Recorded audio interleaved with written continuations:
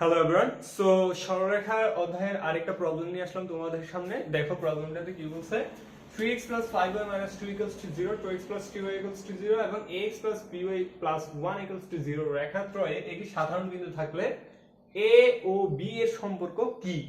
আচ্ছা, আমরা লাস্ট ক্লাসে শিখছিলাম যে যদি কোনো রেখাত্রয়ে সাধারণ বিন্দু থাকে তাহলে যে তার নির্ণায়কের মান কি হয়, 0 হয়। তাহলে আমরা চলো ম্যাথটা সলভ করি। দেখো, প্রথম কলাম আমরা কি লিখবো, x এর সহগ লিখবো। x এর সহগ কি 3, তারপর কি এখানে 2, তারপর যে এখানে a, তারপর y এর সহগ 5, এখানে কি 3, তারপর এখানে b, তারপর যে আমরা ধ্রুবকগুলো লিখবো। ধ্রুবক -2, 0 আর কি 1।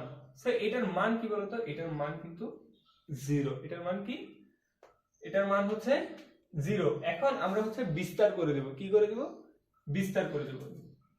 আমরা ফার্স্ট রো বরাবর বিস্তার যদি করি তাহলে কি হয় বলতো, 3 যদি নেই তাহলে ফার্স্ট রো ফার্স্ট কলাম বাদ, তাহলে 3 একে 3, কি বলতো 3 একে 3 আর এখানে b আর 0 গুণ করলে 0, সূত্রের -5, তাহলে ফার্স্ট রো এবং সেকেন্ড কলাম বাদ, 2 একে 2 মাইনাস a আর 0 গুণ করলে 0 প্লাস যে -2 যদি নেই তাহলে ফার্স্ট রো এবং থার্ড কলাম বাদ, 2b কত 2b - 3a ইকুয়ালস টু কি হয়, ইকুয়ালস কিন্তু 0 হয়। তাহলে 3 - 0 মানে 3, 3 কে 9 মাইনাস 5 দুগুণে কত হয় 10, মাইনাস কি মাইনাস যে 4b -4b আর কি প্লাস কি বলতো 6a plus 6a equals to কি 0। আচ্ছা, এবার বলো 9 থেকে -10 গেলে কত 1